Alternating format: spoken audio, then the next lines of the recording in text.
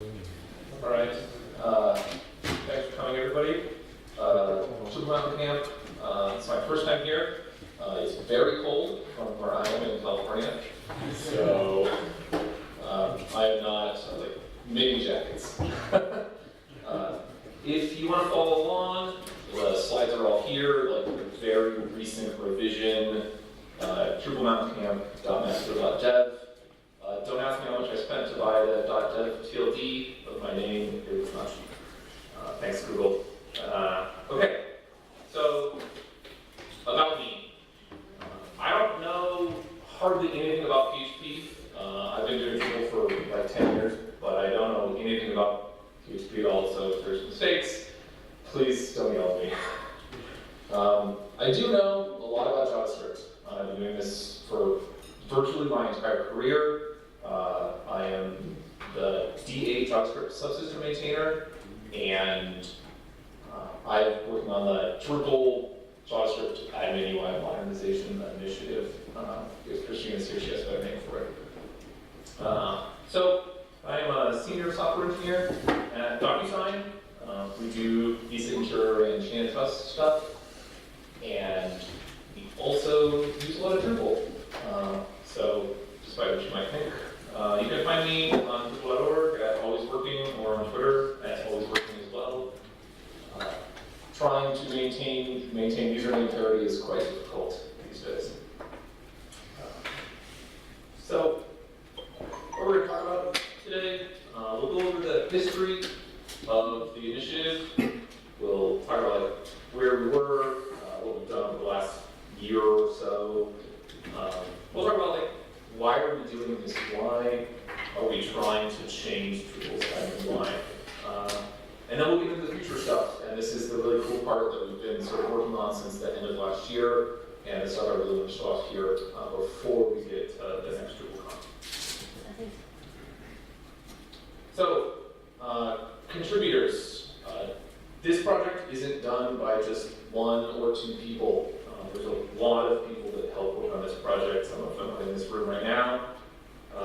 There's just on GitHub alone, there's 28 individual contributors across 72 forks of this project.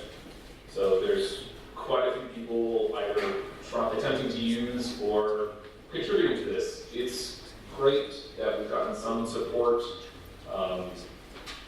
I can get the numbers from Drupal.org. We have record of people that show up for weekly meetings. It's very useful. So next, what are we building? Right? What is the admin UI? Because you may think Drupal already has an admin UI. When you install it, you go to the site, you can do stuff, right? This is an administrative UI, and only an administrative UI for Drupal. We're not trying to change the theme layer. We're not trying to delete twig. We're not trying to make any of those extreme goals here. So why? And this is a little bit of a difficult question. Why are we building this? And this is the admin UI is really an environment for us to sort of think about the future of what JavaScript's or Drupal's administrative UI can be. We want to think about what the future looks like, user interactions, design, and how we can sort of eventually roll those back into Drupal. Right? So, guiding principles.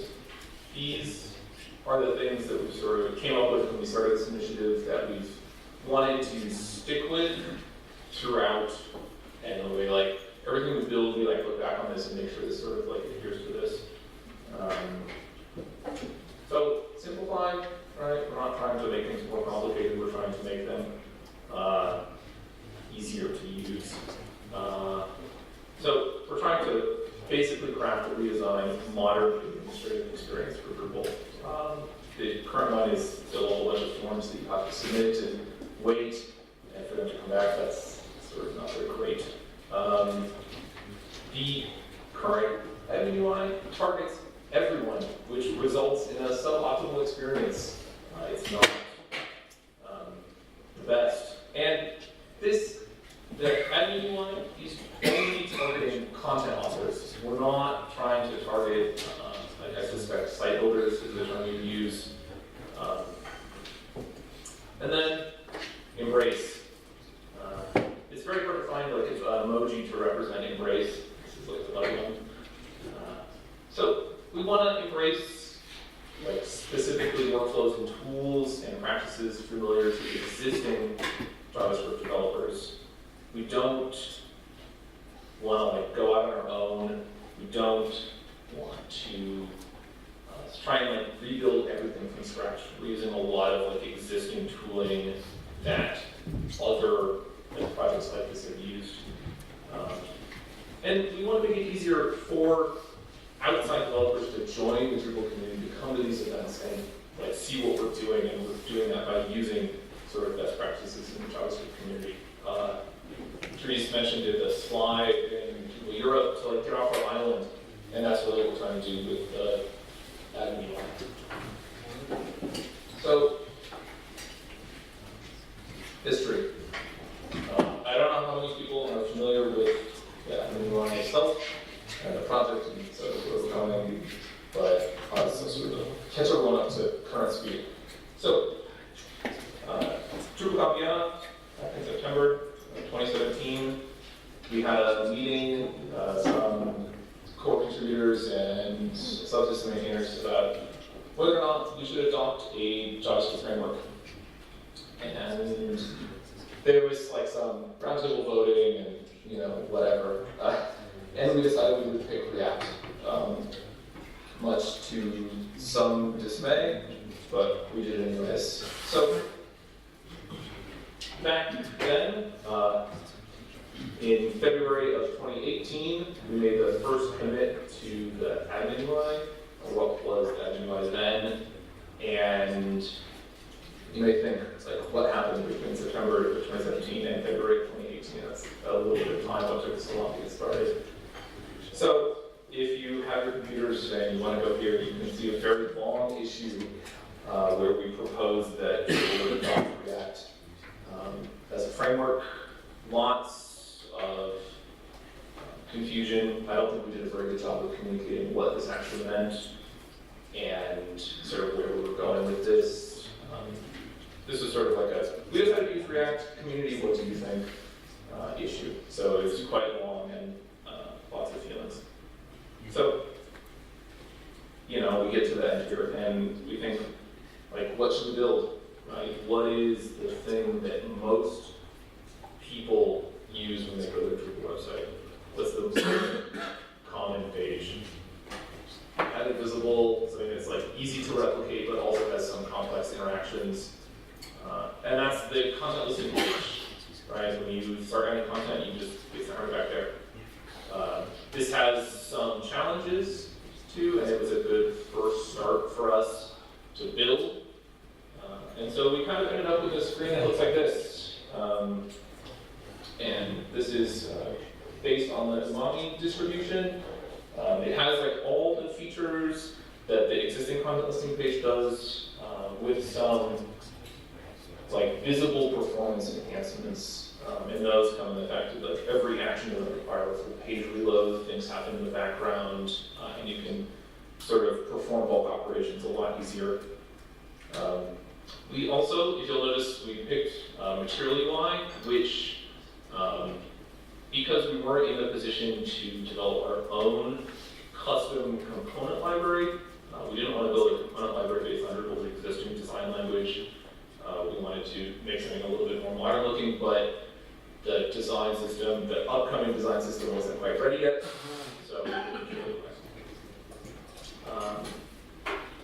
So, if you are interested in where the design system is going, you can go to the session that's upcoming at 11 to 12. Sasha and Christina are going to talk about the current state of the Drupal Admin UI redesign. You should really go to this. There's going to be a lot of good information about where we're going and how we will be applying that design language to the Admin UI.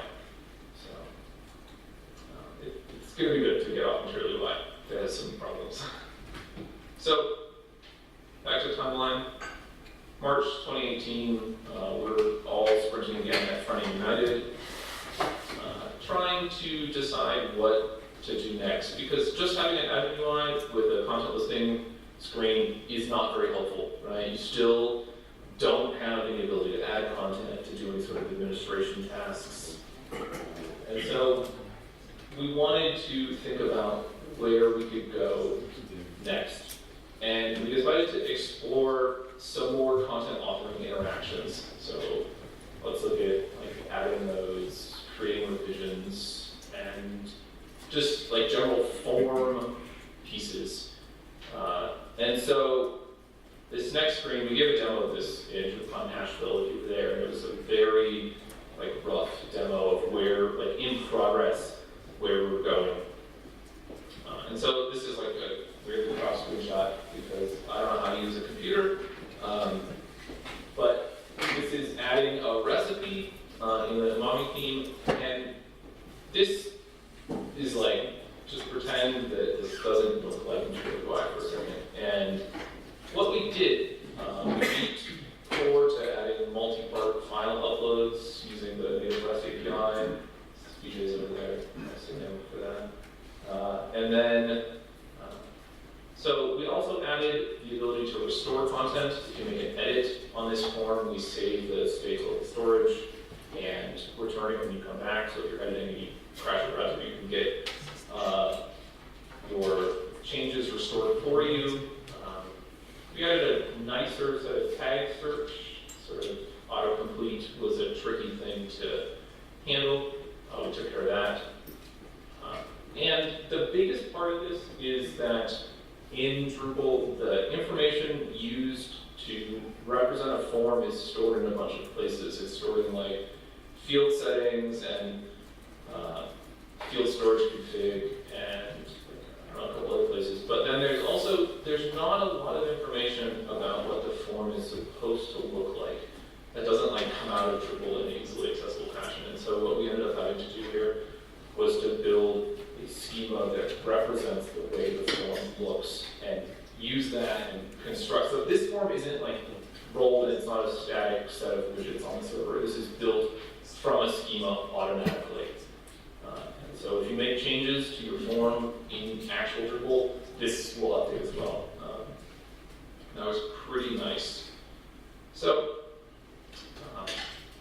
Drupal Europe rolls around. Trees, if you were there, Trees gave a really great video demo of where we were with the Admin UI. I was going to play that, but I can't play videos in MDR-Sec. So, but if you want to go back and have a look, it's a really great sort of window into where we were right at that time. I realize we're going quite quickly. All right, so the future.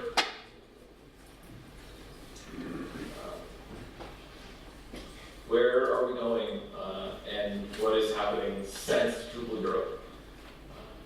A lot of, at our talk at Drupal Europe, we heard a lot about the contributor module ecosystem. How do we not leave the people that are using paragraphs or some other layout tool behind? How do we leave people that are building like custom modules with custom form field widgets? How do we like keep all those people in the Admin UI group, right? We don't want to just jettison that entire ecosystem. So,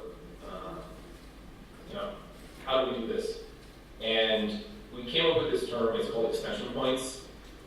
And this operates kind of like Drupal's hooks system, but it allows you, our like assumption was, let's build something that allows people to take their existing modules and provide some sort of like packaged JavaScript that can work with the Admin UI. And part of this, I mean, if you know anything about React, it's based on Node, it starts with Node. And Drupal's not written in Node, it's written in PHP. So we kind of operating under the assumption here that we can't have extra build stuff when you install a module. We don't want to force users of the new Admin UI to completely rebuild the Admin UI, like recompile the entire package when you install a Drupal module. That's like a really suboptimal user experience. We didn't want to do that. And like, why, right? So how many like existing hosting providers offer Node.js side by side with PHP, like on the same environment. Not many. You're working on like a CI/CD environment. The instance to run PHP now also has to run Node if you're going to rebuild, like enable module and then check into Admin UI if you want to sort of like test anything. So this was like some pain points that we came up with when trying to decide let's not do a build step.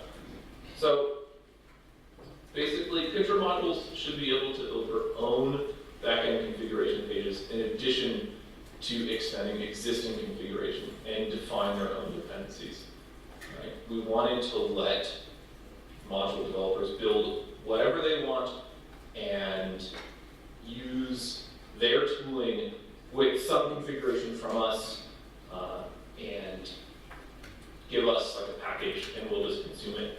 There's no build step, you can start the Admin UI once. So there's like two primary paths, really. There's like no path emoji and there's no fork singular emoji, so you have to use the fork and knife one to go together. So should the Admin UI itself, the project, make decisions about code bundling? And if you're like at all familiar with how Admin UI works, it's like resolving all the dependencies from all the modules that are installed and all the JavaScript they provide could be quite a frustrating task. We didn't want to do that. That would result in lots of pain, lots of duplication of dependencies, having to like dedupe dependencies and make sure people don't sort of get it wrong. So the decision we came up with is that Contrib module authors must bundle their code prior to release,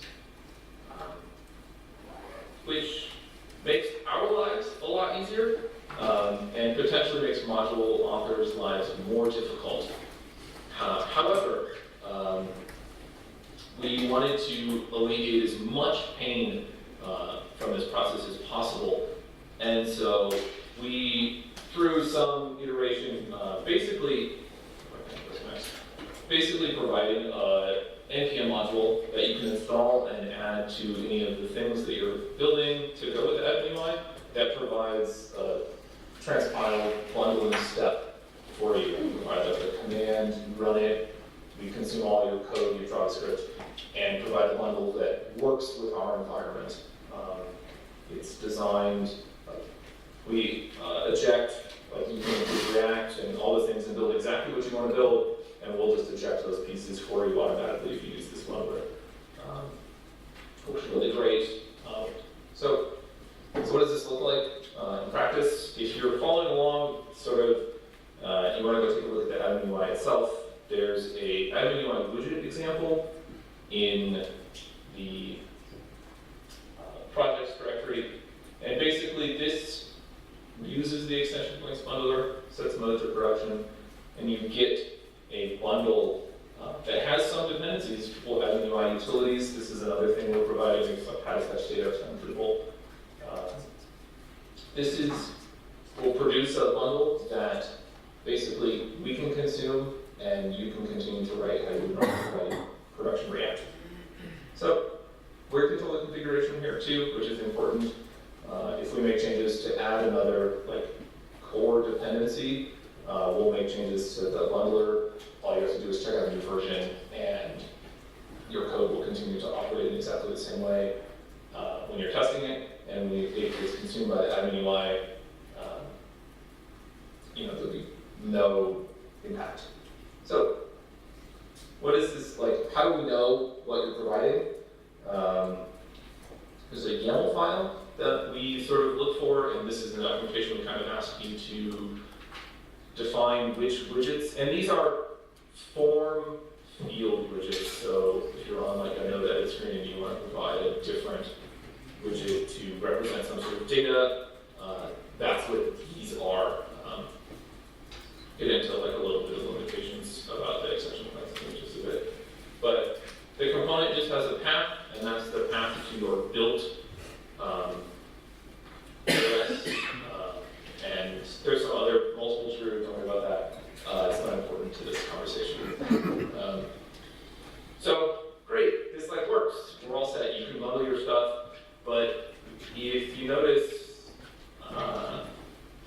how do we get these files to Admin UI, right? How does the Admin UI know that you've made any sort of form field widget? How does that work? And you may think, we just like use Composer or the existing Drupal library system, and the answer is no. They provide some ability for us to guess at what is in your Drupal site and some ability to guess about where the JavaScript might be. But in our sort of exploration, we didn't really come up with anything that worked well enough that we were happy with shipping it. So if you've ever used the Admin UI, you'll realize that there's a support module that comes with it, and this is sort of a necessity to fill in the gaps in core REST API and some gaps in the different API module, things that it just doesn't provide that we need if you're going to build a functioning administrative UI.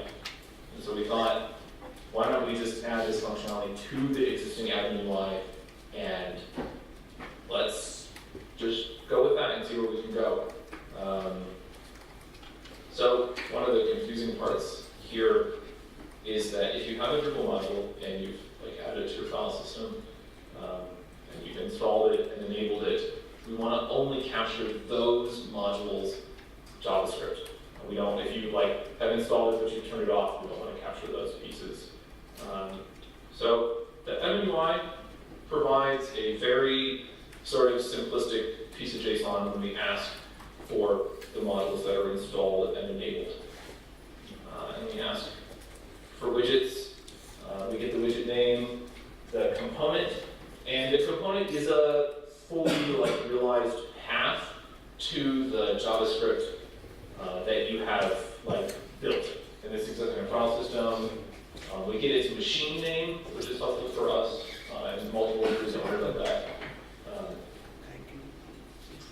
So this is great. But if you know anything about loading JavaScript from a different domain to the where you're running the Admin UI, you might be like, wow, this might not work. And so, if you're familiar with RequireJS, please raise your hand. Okay, so great, some people. Perfect. So, basically, we use a workaround using RequireJS to capture the path that is returned to us and load that component basically and add that back onto sort of React stack. The interesting part here, and this is something we didn't think about initially, is that React and Admin UI utilities and each of the components that Material UI provides, those exist in a different sort of namespace from where the component's loaded. And so you see these window define calls where we define React. That's just to let the component that is just been loaded know that React and the Admin UI utilities and all of the Material UI components do actually exist in the browser and they can be referenced. We're not loading them again, we're just letting you know that they are already out there. You don't have to look for them and you don't have to include them in your bundle. Once this is done, the JavaScript that you bundled is loaded and it can be used in the browser. You can use it in any form component. This fires specifically for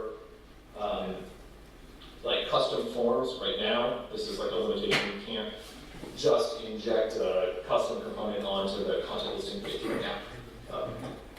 So we'll get in there. The simplistic check basically is the component of string. That's how we know that it's not a React component, it's a component that needs to be loaded externally. So this is great. This is a lot of work just to load a single sort of form component, right? There's not it may seem like we did a ridiculous amount of research and study just to figure out how to load a very minor piece of Drupal. So, what about routes? This is another thing that if you have a custom component or a custom module, Drupal module, you might want to have have access to. You might want to provide a different administrative screen for your whatever you install. This is another very popular thing that people ask for. So, it's a question: do you think we should test Drupal every single time for routes that are available? If you say yes, please raise your hand. So, just one. Say the answer is no. Drupal is not great at returning things quickly sometimes, especially if that thing involves looking up a bunch of information in the DB and like doing a sort of calculation about what's installed and what's available and what can you do. So, same story. We basically have another YAML file with mostly the same structure, routes, a route key, the actual string of the route, and then the component. And this can be, you could build an entire new React website and store it in this component, and we'll load it for you. So it could be, you could replace the entire admin UI and with a single component and load it. This is pretty great. You can do the bundler, will bundle both components and routes with the same command. All you have to do is add a YAML file and build your JavaScript using our tooling, and you're good to go. So, because we don't want to ask Drupal for every time you hit a route in the browser, we don't want to ask it if there's a component that's available. When the application starts, and this is before React even boots, we ask Drupal to give us all the routes that are available, that are provided by components that are enabled and installed. If there are no routes, just return the routes. If there are, pass these to the actual application, and we just push those onto the bottom of the routing stack. That's important to note here, because this happens before React boots, so if you want to add a new route, you do have to just restart React. And so that either is restarting, like refreshing your browser if you're using a built copy of the admin UI, or if you're in development, just toggle the dev server and it'll reload the routes. Again, we wanted to make this like as performant as possible, and because of that, this is like a drawback there. So, routes are prefixed with their module name to avoid namespace accidents. If you name your module, we will just put the name of the module in front of whatever the route you have. So multiple modules can provide the same route name and they won't collide. We didn't really work out a way to resolve those conflicts yet. That's probably like upcoming. We'll get there eventually. So, problems. There are some, this is not a perfect solution, and there are definitely problems with this. If you're familiar with cores at all, if you want to load JavaScript from a different domain, and this is only a dev problem. If you're running the admin UI in the dev mode, it runs on a different domain. It doesn't run on the same domain as Drupal's running on. And so we have to add some cores headers to the JavaScript files that are returned just to make sure that they'll actually run in the browser. This is changes to the h2 router file. Basically, this does prevent us from using the admin UI, the JavaScript part of the admin UI, with a default Drupal installation, because you do have to modify the h2 routers that we're actively trying to work around to get fixed. Problems part 2. So don't use eval. Like really, I know this seems like silly to say in 2019, but you run into some like really big modules if you try and evaluate their JavaScript on the client. You run into some like performance problems very rapidly. Shared dependencies. This is something I touched on just a